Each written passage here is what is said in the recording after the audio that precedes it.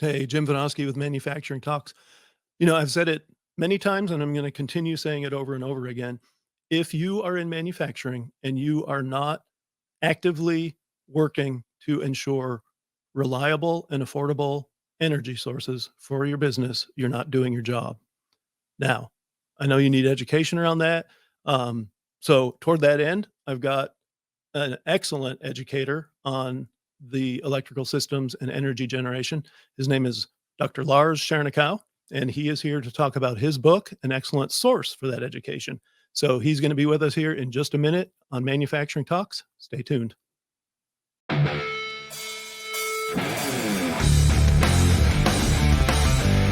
Welcome to Manufacturing Talks with Jim Vanosky.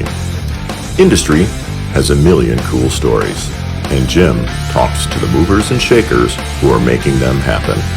Let's dive in.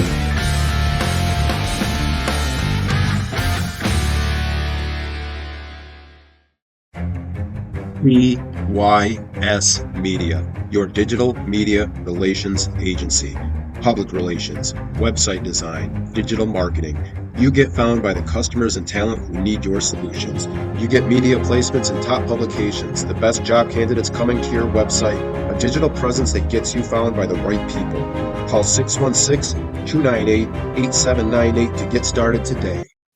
Hi, welcome back to Manufacturing Talks. I'm Jim Vanosky, your host, and thanks for joining us today. We've got a great show for you today, very important: energy security, energy reliability, and energy affordability. And who we have here is Dr. Lars Schernikau.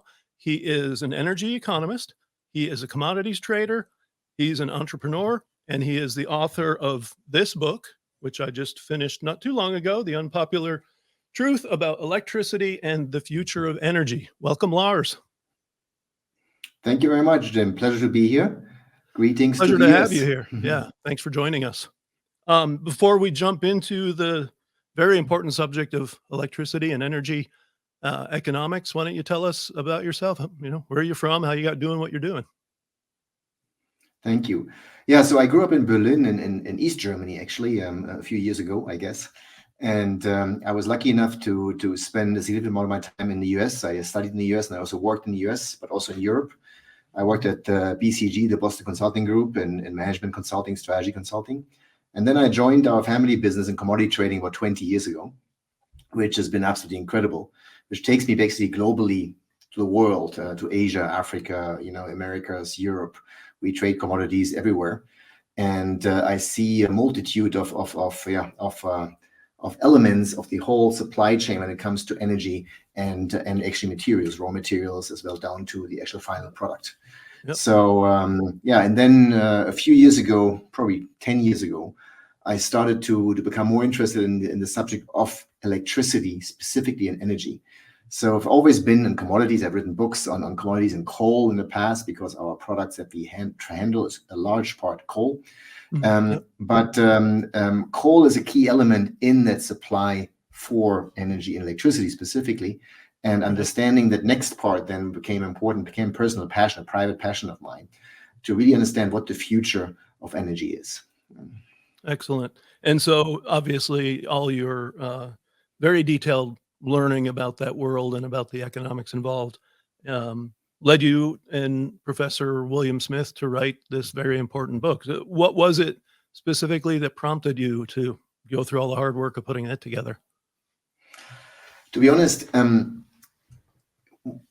because of my travels, I'm able to go to all these countries, apply to so many countries, Bangladesh, Pakistan. And when I go there, I see hundreds of millions of people basically consuming a fraction of the energy than you and I consume. Right. And then I started to ask myself, hold on, what's going to happen in the next 10, 20, 30, 50 years? The amount of energy required is going to be so much. So how can the world supply that energy in an efficient mean and manner? And that's practically prompted me to write this book, to understand better, actually, hold on, where does it come from? Where does it go? And what really is efficient and environmentally efficient as well. Now, you get into enormous amounts of detail, and I very highly recommend all my viewers to get the book and read it, because there's no way we're covering anything but a fraction of it here. But one thing that leaped out to me that I really never considered, and I've tried to educate myself in this as well, is the difference in cost of transmission for different fuel sources. So can you dive into that a little bit? Yeah, so of course the discussion about today's energy transition, there's so many parts of the discussion. And one is exactly that what you mentioned is this element of transmission, like how do we actually move energy from point A to B? And that point really even I didn't think about in the past, of course. Yeah. So historically, basically, we cut the wood and then we burned it right where we had it, right? And that was the transmission. Yeah? And then of course the industrial revolution came, coal came. And primarily, we of course put the power plant next to the coal mine if we could. Yeah, oil came, gas came, pipelines, transportation. So when you think about moving one unit of energy to where it's supposed to be, that actually in the past has been not a big cost driver because it has been so ridiculously efficient. So the cost of moving a kilowatt hour or whatever, BTU, depends on where you live, from A to B, if it's oil, coal, and gas, and energy dense material, is relatively small. Now, in today's world, we're talking about electrification. So suddenly we're talking about actually transmitting energy not anymore as the pure fuel, but now as already a finished product, electricity, you want to call it. And the transportation of electricity is so much less efficient and so much more costly per unit of energy. You wouldn't think. It's probably, just to give you a sense, there's a new study that came out a few years ago, but they're talking of 20, 50 times more expensive per kilowatt hour or per megawatt hour. So if you're talking whatever 1 cent or even 1 cent cost for, let's say, for the normal historic way of actually moving gas through a pipeline or moving coal on a train to where it has to go. Now you're moving it in an electricity system grid, and the cost is up to $5. It's ridiculous. It's much higher. Well, and it's interesting because we talk 50 cents a kilowatt hours. Yeah. So, right. We talk so little about cost, which is utterly shocking to me. And I found that so fascinating because I've learned about the additional costs that we incur because of the variable nature of the renewables that we're really touting now, wind and solar. And so you have to have backup systems, and that makes sense. But everywhere we've gone heavy on wind and solar, the costs have skyrocketed. And so that's an element of it that you've identified, is that transmission differential. Well, then there's not only that transmission differential itself, but on top of that, supply and demand are much more far apart when it comes to wind and solar, right? Yep. Because you cannot optimize. You see, we've spent 100 years optimizing our grid infrastructure, our system, to put power plants where they're most optimized as a demand, all those things, to minimize exactly that transmission, and to optimize it. But today, nature has to basically tell us where we put it. Right. And there's various studies that say that the miles of transmission infrastructure required for wind and solar is at least twice as big compared to a conventional system. I would say it's probably 5 times more, but I cannot back that. It's just a feeling, a sense I have. Yeah. But it's absolutely incredible how we have been dismissing this issue, and that issue comes down to not only the cost, it comes down to the environmental impact. Right. Yep. Because think about it, right? The cost, where does the cost come? The cost comes from actually putting this stuff up. Yeah. And putting this stuff up doesn't only take money. Putting this stuff up also takes energy and takes raw materials. Right. Both of these things have an impact on the environment. Right. And that is where I'm trying to explain in the book as well, right? About that, let's go away from this, what's good and bad and green and not green. Of course we want to do the best we can going forward for our children and there's no question about it. Yep. But let's think what we're doing. And let's take a macro view. Hold on, guys. No one today has actually truly calculated this cost. Right. Yeah. And any kind of project should require some cost benefit analysis, and we've just totally ignored that. What I loved that you went after is the concept of eROI. So can you dive into that for us? Yes. So I mean, we're all familiar with the return of investment when it comes to money. You put $1 in, hopefully you get $2 out, in a short period of time. That's the idea. And the same applies to energy. So before you get energy out, you actually need to invest energy. That's an important concept, which I didn't think of myself. I never thought about it. Hold on. Before I can consume the electricity, before you and I can talk, someone has to invest energy to build the infrastructure. Mm-hmm. Then, of course, also to mine whatever is burned, if there is something burned, or to build, the solar panel and all those things. So it takes energy to make energy. And that ratio is called energy return of investment, eROI. And there's an argument that we've come from a very energy inefficient history in human history, because we were basically just chopping wood, more or less, right? And actually investing in animals, which is also energy, right? That feed us and also our lives. So that energy inefficiency actually hampered the development for thousands of years. So only the energy density and energy efficiency of coal first, which is a much higher eROI than, let's say, biomass at that time, actually allowed then suddenly to have completely new things to develop. We could suddenly spend less time on energy harvesting to survive and more time on actually thinking, building, and even playing soccer. Yeah? So it's incredible that this energy efficiency, this eROI, is a crucial element. So this energy efficiency, the most energy efficient, is probably nuclear today, right? So nuclear is probably the most efficient when it comes to energy in, energy out, because you need to do relatively little to get a lot out. Yeah, right. So that's the next step, the next level, and the fossil fuels, coal, oil, and gas are relatively efficient, right? And they have many other advantages. That's why it's not everything is nuclear today. Otherwise, nuclear would be everything. Right. The problem is that the so-called renewables, biomass, wind, and solar, actually have a very low eROI. Yep. And it comes to a point that their eROI may be so low that they may not be sufficient to sustain today's society anymore. Mm-hmm. So there's an argument that the society needs an eROI of 6 to 7 times to be able for us to talk and play soccer and do all those things, and to go to a theater. Otherwise, we would all be sitting just collecting energy. Mm-hmm. And macroeconomically, it's that energy ratio. So how much of your GDP do you spend on energy? That's actually a sign of the eROI. Right. Yep. So and you can see in the past decades, as we are going renewable, you can see how that percentage has been rising and will rise further.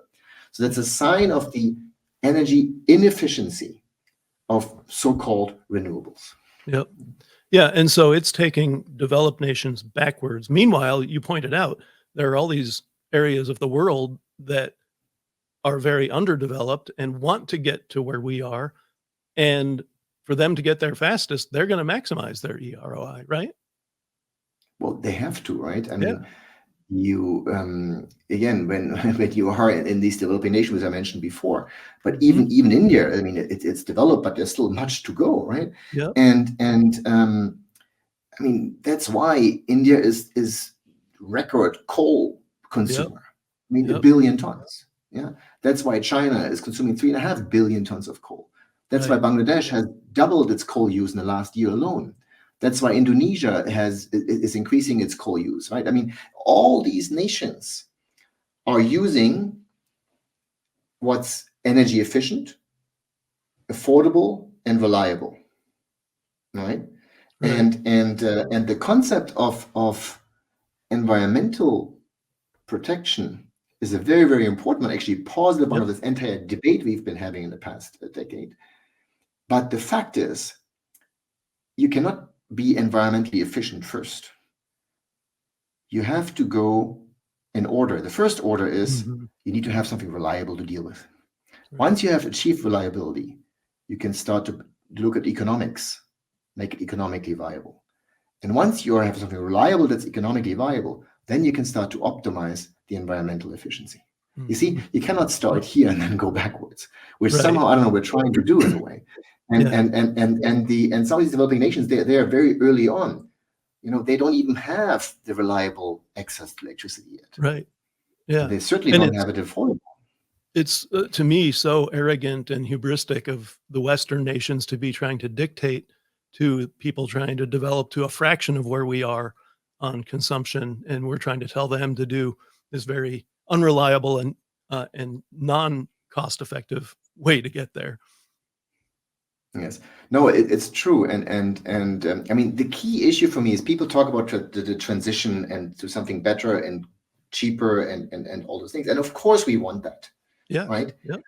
But the fact it's not cheaper, it's not more efficient, and it comes with significant environmental problems. Yeah. And we have to start being honest about these things. Right. And one way you dove into that, you talked specifically about this claim, because as people hear these arguments you just stated, a lot of the response when it comes to the variable renewables is, we'll just put in battery storage and that'll make it efficient and affordable.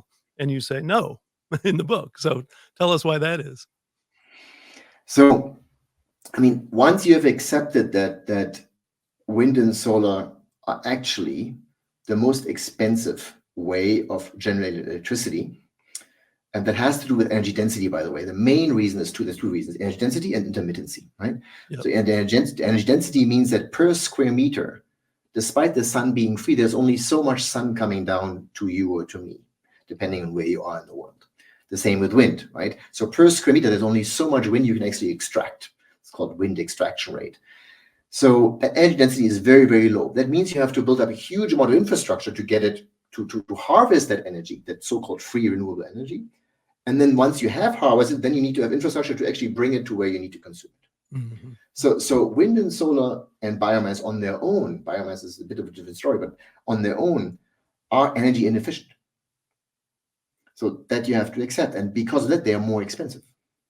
Because actually at system level, I'm always talking system level, because the integration of them, that's where the cost comes.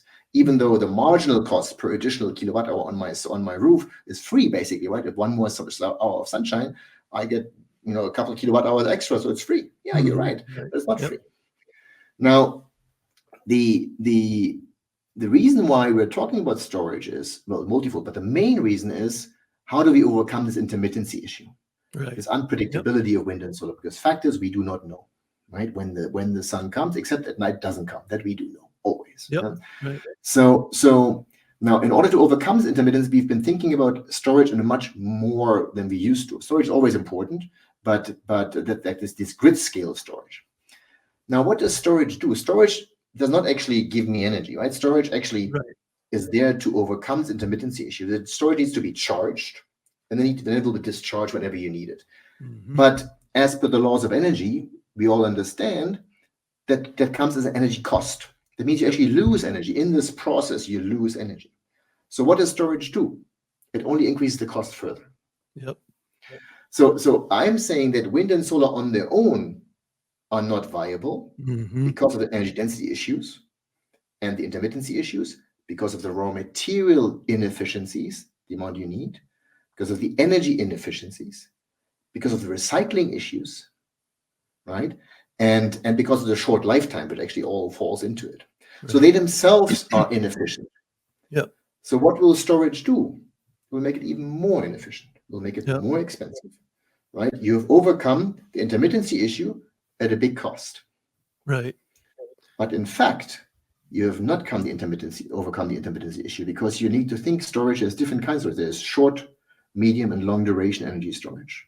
Yep. And batteries are a short energy storage for a few hours. Yep. That's where hydrogen comes. Hydrogen is supposed to be that long duration energy storage solution, because there's no other long duration energy storage. No other, sort of thought, many ways, but practically, we have not really any other solution for a long duration. I'm talking now weeks, months. Yeah? And that's where hydrogen comes in. Yeah? And often the people ask, what is it about hydrogen? Well, hydrogen is very simple. Hydrogen is a terrible energy carrier. Right. Hydrogen is an amazing product.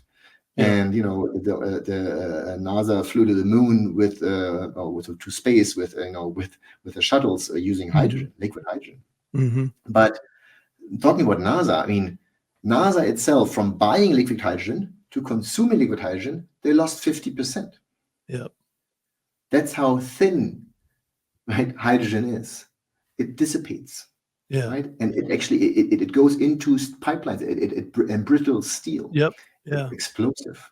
So there's so Special many issues, handling. and this whole hydrogen storage chain means you will lose 65 to 80% of the input energy until you have the output energy. So I mean, to use hydrogen for grid scale, long duration energy storage is an energy disaster.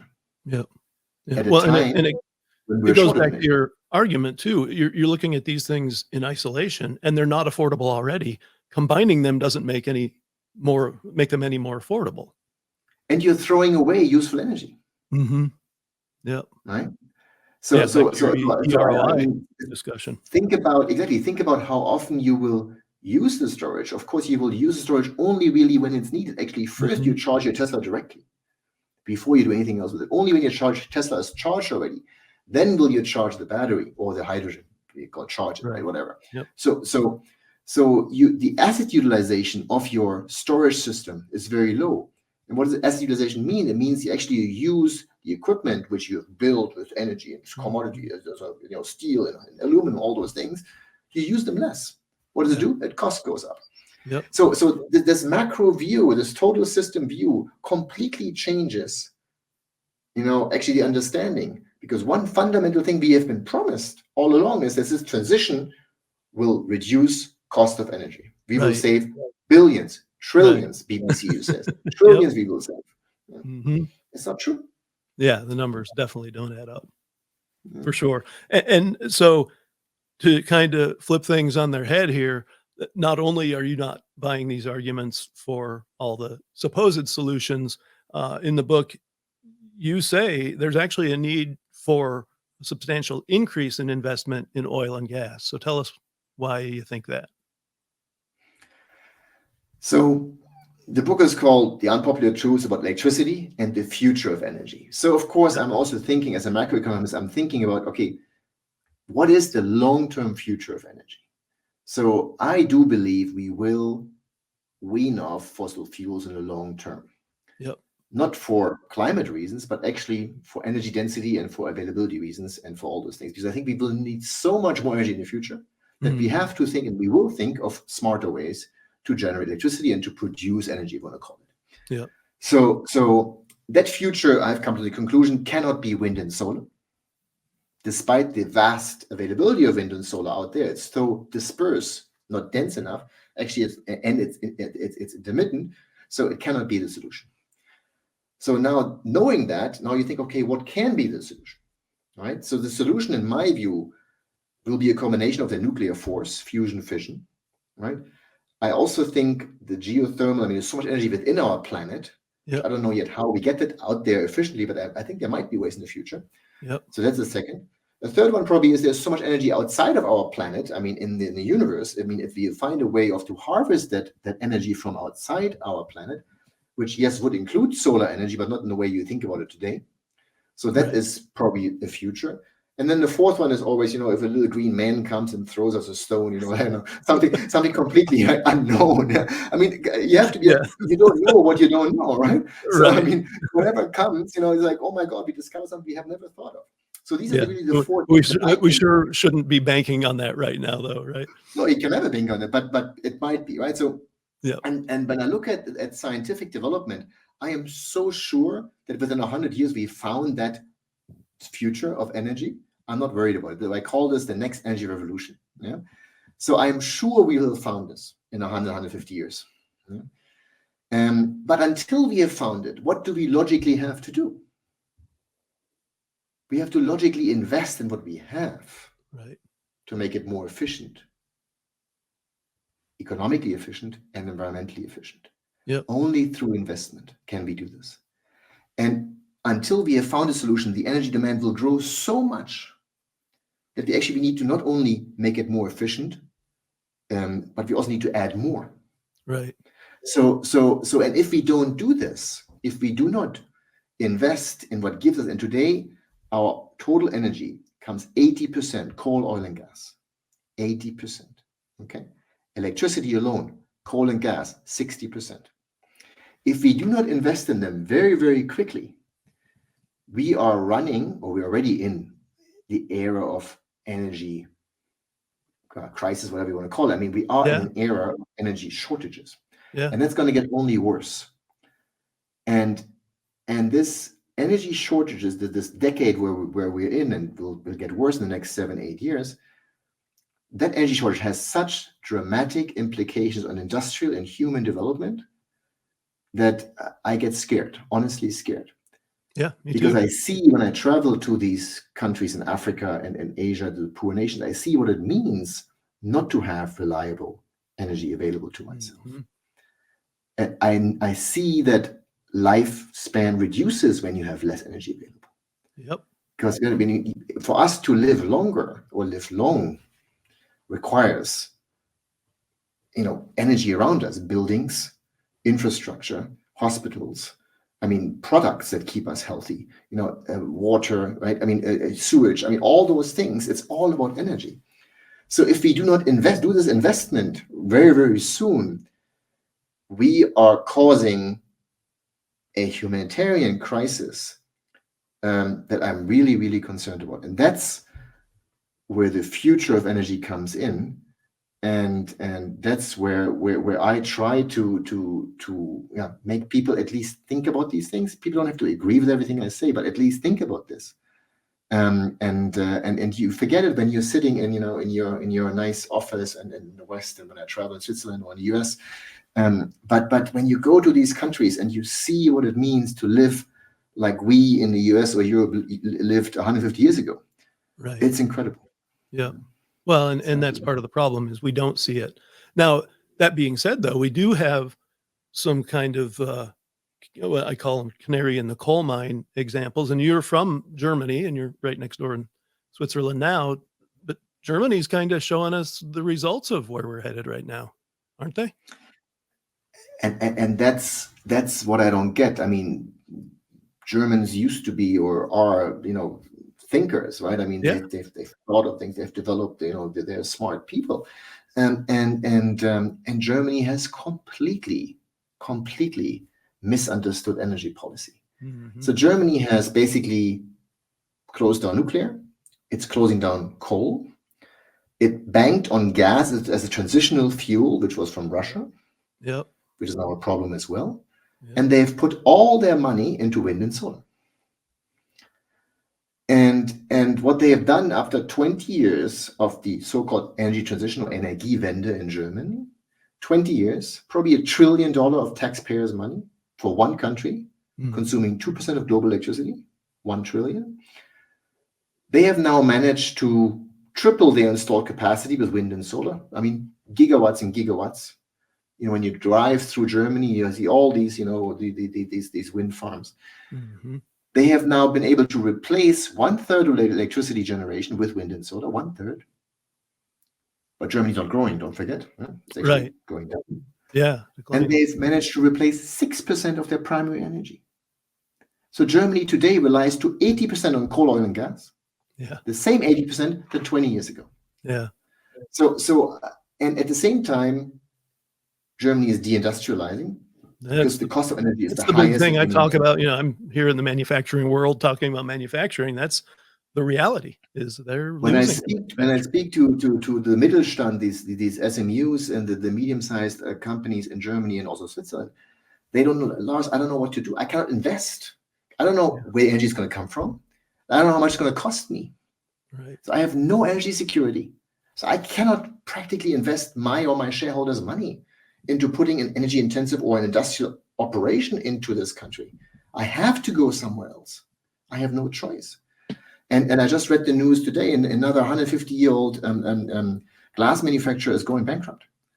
Yep. So of course these bankruptcies and these issues have to do also with the Ukrainian war and the Putin issue. Yeah. But you see, Putin did not cause this.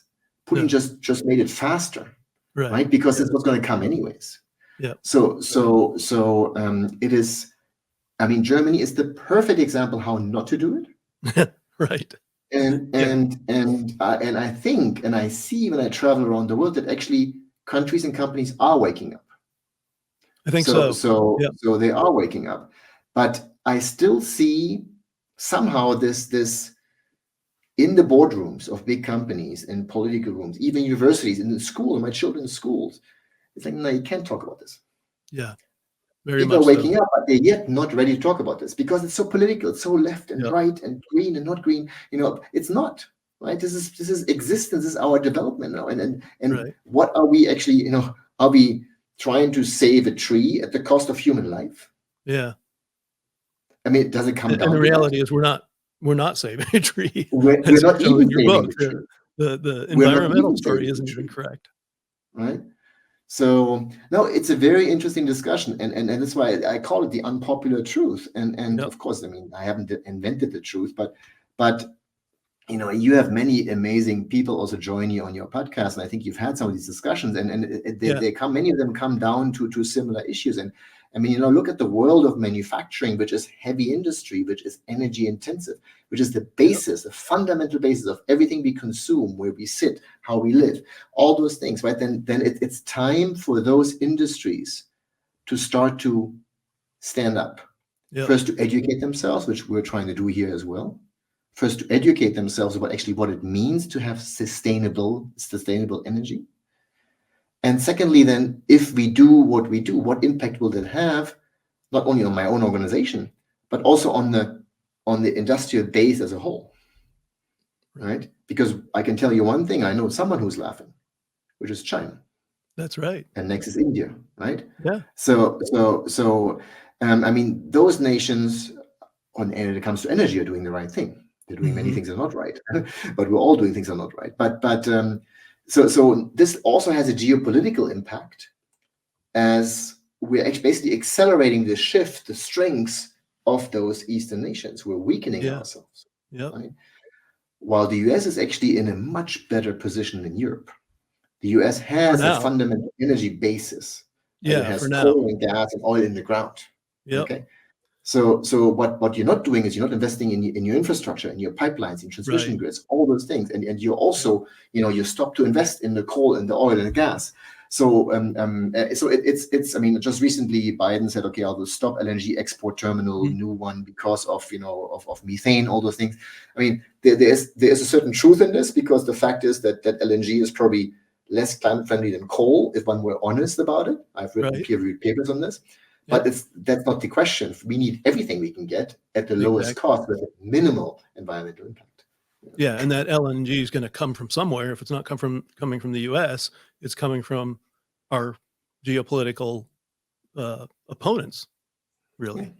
The other thing we're doing, unfortunately, in the U.S. is more and more states are passing laws mandating that we go to clean energy. In other words, variable renewables. My state, Michigan, just passed some insane laws a couple of months ago toward that end. And so right now you say we're in better shape, and we are from a resource standpoint and from a current affairs standpoint, but we're headed in the wrong direction. So in fact, I mean, you're absolutely right. So when I look at Germany, so Germany cannot really sustain itself anymore with their own electricity generation. Electricity is just one form of energy, by the way. There's of course there's heat, right? There is transportation, right? And then there's industrial and other energy. So, but Germany cannot sustain itself anymore with their own electricity generation. So they need to import or store somewhere to get through the tough times. So if there is a bad winter, Germany either has to have load shedding to reduce load, or to get it from somewhere else. And we hope that they have it. Now, Texas, the energy state, is in the same position. Since 2021, Texas cannot sustain its peak power demand anymore on their own. New York, same thing. Vietnam will be there in 7 years. Michigan, I don't know. I haven't checked at Michigan how long it will take. But all these states. And by 2030, we're going to be in trouble. Michigan. So I mean, but luckily in the US, at least your network agencies, they're like Reliability First and various others are pointing out and are starting to pickle this and start to say, well, actually, how many? So it's one question: how many megawatt of wind and solar will replace 1 megawatt of coal or gas? That's an excellent question. Right. So then, do you have people 2 to 3? Then some say 7. I think the Reliable First now says 7. Well, I came to 20 100, depending on how long, how many days you need to sustain, right? Yep. And then you start the folly of this. I mean, what are we doing? Yep. It's scary. Folly for sure. Yeah. Yes. Before we wrap up, I want to dive more into nuclear. You mentioned it, but we didn't really get into the details. What are your thoughts as far as where that should stand in the energy mix and how we get there? So actually, I just wrote an article on nuclear for Oxford Institute, which come out the next probably months or so, Okay. from a purely macroeconomic view. So nuclear is a very interesting one. So there was the 70s and 80s, which really is a strong, nuclear push, and nuclear started to globally. It went up to 16-17% of global electricity was being produced or generated from nuclear. That today is only 8%, 7%, I think 7-8%. So we actually, even though the nuclear generation stayed the same, didn't rise anymore, but because the demand in electricity went up so much that the share of nucleus went down so much. Now with recent COP28, you had many nations, 22 nations, I think, signed that they want to triple nuclear by 2050, which I'm in full support of. Yep. But that will still only be a fraction of the electricity required by then. So of course we have to invest in nuclear and do more. And nuclear will always be, in my view, more expensive than coal and gas because of the investment costs and various other things. But it's still much cheaper than wind and solar. And there's also a study called EDIL 2022. I think that even put numbers behind this statement that wind and solar are more expensive even than nuclear. So nuclear will not be the only solution, but it's an important one. So we need to also invest more in it. It's the most efficient, it's the cleanest in every sense. So I'm all for nuclear. But I keep always cautioning guys, yes, but be aware it will not be enough. Whatever you do, it will not be enough. So you cannot be without coal and gas and oil. Okay. Any last points before we wrap up, Lars? No, I think it's been absolutely incredible. And I just hope with this discussion, we really spark people's interest in this energy, debate. Yeah. And I think maybe one more point towards the end. When people talk about energy efficiencies, I tried today to make the distinction energy efficiencies in generating electricity or energy efficiency in actually producing energy. Mm-hmm. Of course, there's a second argument about efficiency in consuming energy, right? This is about having the newest light and the best car and the newest washing machine. So of course, we're doing both of these things. Yeah. But we're not even discussing that. People mingle these things together, right? So when they talk about investment in the transition, they put investment in efficiency here with this, but you have to untangle because this is all consuming. And then there's one more point about as this consumption will become more efficient, you will see that actually new demand will replace that efficiency gain. Mm-hmm. Just now the IEA got out their newest report and they say that artificial intelligence and crypto within 2 years will take more than 2 times Germany's electricity consumption. Yep. So there will be new things coming on. Our mutual friend Mark Mills talks about that in his book about the cloud. Oh yes, I mean it's an amazing book which I highly recommend, of course. So there's so much more energy to be required. That is why I say yes, we have to invest in efficiency here, but it will not be the solution.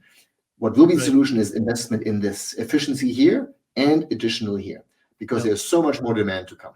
Not only from billions and billions of people still being born, billions and billions of people still trying to catch up with us. Absolutely. On top, even we will probably demand more. Yep. So it's a very interesting discussion. So I recommend you to have a look at the website. Includes various graphs from the book, also a short snippet from the book, and I'm always available. And happy to have discussed this. Jim, thank you very much for your time and efforts. Thank you so much, Lars. Again, his book is The Unpopular Truth About Electricity and the Future of Energy. Critical discussion, excellent points. Highly recommend that book. Lars has had his website right there by his name, the whole episode. I'll also put it in the episode description. So definitely go out and check out his stuff, get his book, educate yourselves, and start speaking up. Thanks again, Lars. Thank you. And Pleasure. Thanks to all of you for joining us. You're why we're here. And we're here at least once a week, now moving sometimes to twice a week. So keep watching for those future episodes. Lars brought us an incredibly dense education. I can't promise every episode is going to be as educational, but they're all going to be educational. So thank you all. Thank you very much, Jim. Pleasure. Thank you, Lars.